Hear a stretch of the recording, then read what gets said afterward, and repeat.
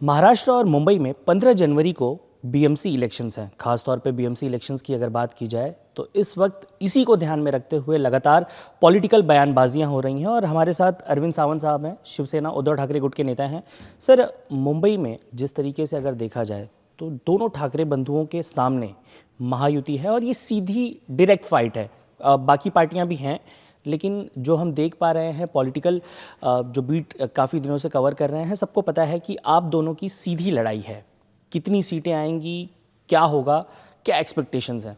पहली बात है, मेरा पहला सवाल उल्टा है आपको। आप अविरोध चुनकर जो आए हैं उनके बारे में तो बताओ।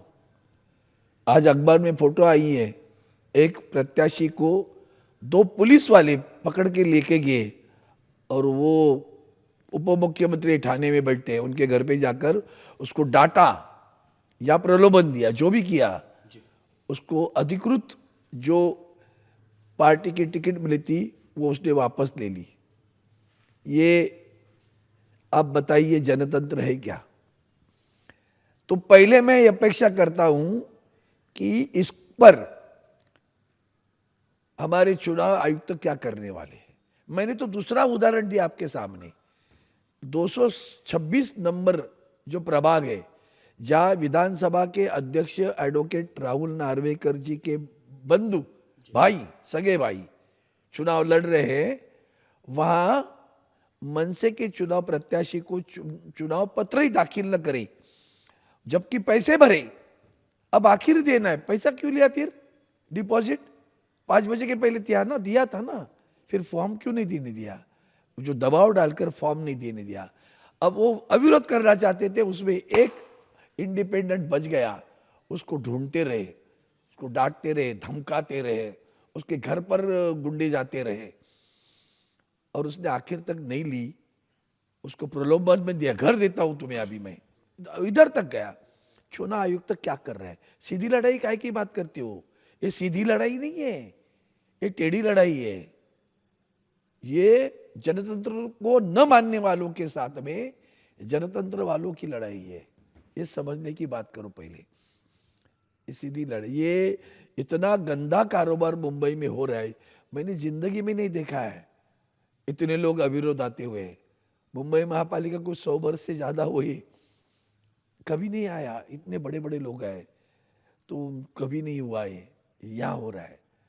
और कैसे दोनों सत्ता पक्ष के लोग अविरोध आते, भाई विपक्ष का क्यों कोई नहीं आया? आपने सोचा इसके बारे में? इतने महान लोग हैं, जरा बताओ तो सही, ये महान कौन है? क्या उनका कर्तृत्व है कि लोगों ने उनको अविरोध कर दिया? अरुण जी, लोगों के भी हक छीन जा रहे हैं ना। वोट करने का मेरा हक भी छीना जा रहा है। समझ में आ रहा है विरुद्ध में क्या हो रहा है? उसके ऊपर क्या कार्रवाई करने वाले वो सवाल मेरा चुनाव आयुक्त है। अब रही बात आपने जो पूछा, बहुत बढ़िया है, लोग खुश है, दो भाई इकट्ठे आए हुए हैं। और क्या जबरदस्त कारोबार मुंबई महानगर पालिका में आदरणीय उद्धव जी बाला साहब ठाकरे जी के नेतृत्व में शिवसेना ने किया है। उसमें 25 साल तो ये साथ में ही थे ना, ये पिछले 5 वर्ष छोड़ के तो यही साथ में थे ना। तो जो कुछ किया उसमें ये भी थे ना कि नहीं थे, ये भी तो ध्यान में रखना। अरुण जी, मुख्यमंत्री कह रहे हैं कि ये दोनों भाई साथ आए हैं, लेकिन ये कोई कोऑर्डिनेशन नहीं है, ये करप्शन और कंफ्यूज्ड एक गठबंधन है ये भाइयों देखो का। भाई, मुख्यमंत्री चालाक है और मराठी में कहते हैं लबाड़ भी है बहुत। जो वो कुटिल राजनीति खेलने वाले लोग हैं, उनको ऐसे झूठ बोलने में कैसे, मतलब दिल में छूता भी नहीं उनको कि मैं इतना झूठ बोल रहा हूं। अरे करप्शन के माहिर में आप जैसे माहिर लोग कहाँ हैं देश में? भारतीय जनता पार्टी के जैसे माहिर लोग कहाँ हैं करप्शन में? कौन सी पार्टी में इतना करप्शन? अरे इलेक्ट्रल बॉन्ड की बात करो ना फिर भैया। आज आपने ही बताया जितने आए पैसे, जो 100 रुपए आए तो 95 रुपए इनको, भारतीय जनता पार्टी को, 5 रुपए बाकी सब पार्टियों को। समझ जाओ भैया। आप भूल गए क्या कल परसों का उदाहरण? यही मुंबई में जो टनल करना था, बोरीवली मुलुंड को जोड़ने वाला, वो कॉन्ट्रैक्ट किसको दिया था? मेगा इंजीनियरिंग का। क्या उनका इतिहास है? क्या आज तक उन्होंने बनाया था? कभी कंपनी फॉर्म हुई? और फिर उसके सामने लार्सन टुब्रो कंपनी, वो कंपनी कोर्ट में गई तब पता चला 3,000 करोड़ रुपया ज्यादा लेने वाले थे। किसके पास ये पैसा जाने वाला था? तो भ्रष्टाचारी कौन है भाई? और बैठे हो किसके साथ में? पहली तो आपको ही ना, कौन से शब्द प्रयोग करें, मुझे कभी कभी शर्म नहीं आती कि आप लोगों को ऐसे इल्जाम लगाते समय शर्म नहीं आती? 75,000 करोड़ का घोटाला हुआ, किसने कहा? आपने भी कहा, आपके देश के प्रधानमंत्री मोदी साहब ने कहा, पार्लियामेंट में कहा, बाहर नहीं।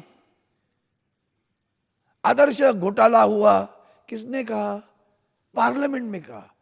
किसके खिलाफ कहा? अशोक चौहान के खिलाफ। पहला किसके खिलाफ कहा? अजित पवार साहब के पास। कहा है दोनों। तो भ्रष्टाचारी कौन है?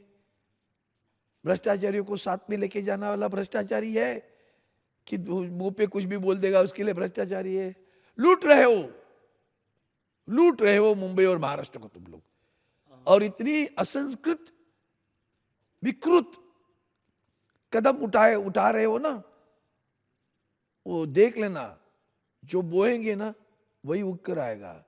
जब यही सामने वाले कभी ये बस सोचना कि सत्ता पक्ष का झंडा लेके, अमरत्व का पट्टा लेके आए आप, जिस दिन जाओगे ना तब कार्यालय में बैठने के लिए भी लायक नहीं रहोगे आप लोग।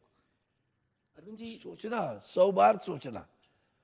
राजनीति जीतने के लिए महाराष्ट्र क्या संस्कृति यार, हमने देखी ना, हमने भी लड़ाई की है, होती थी, झगड़े होते थे, लेकिन कभी महाराष्ट्र की संस्कृति का अधपतन इतना नहीं हुआ जितना इनके राज में हो रहा है।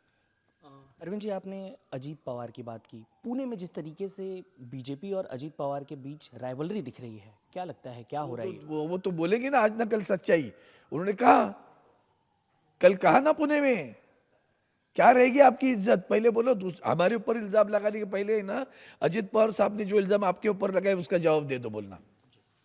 एक सवाल ये भी होगा आपसे कि आदित्य और अमित ने एक प्रेजेंटेशन दिया था जिसको लेकर मुख्यमंत्री देवेंद्र फडणवीस ने कहा है कि ये दोनों बालक बुद्धि हैं। वहीं उप मुख्यमंत्री एकनाथ शिंदे का कहना है कि नॉर्मल दिनों में नेटफ्लिक्स और उसके बाद जब इलेक्शन आता है तो अरे पॉलिटिक्स। भैया, दुर्भाग्य है आप लोगों का। एक तो घुटने में उसकी उंगली पकड़ के पार्टी में आए हो आप लोग। अगर उद्धव जी ठाकरे साहब उंगली न देते ना तो आप चल भी नहीं पाते। नगर सेवक उन्होंने किया, विधायक उन्होंने किया, मंत्री उन्होंने बनाया, एबी फॉर्म उन्होंने दिया। मंत्री, हम गठबंधन में थे ना, तो मंत्री किसके जरिए बने? मंत्री तो आदरणीय उद्धव जी ठाकरे साहब के जरिए बने, उनके आशीर्वाद से बने ना। इतने कृतज्ञ हो जितने, अरे नमक हराम तो मत हो जाओ भैया, जिसके नमक खाए उतना तो याद रखो। आपका बच्चा क्या कर रहा था?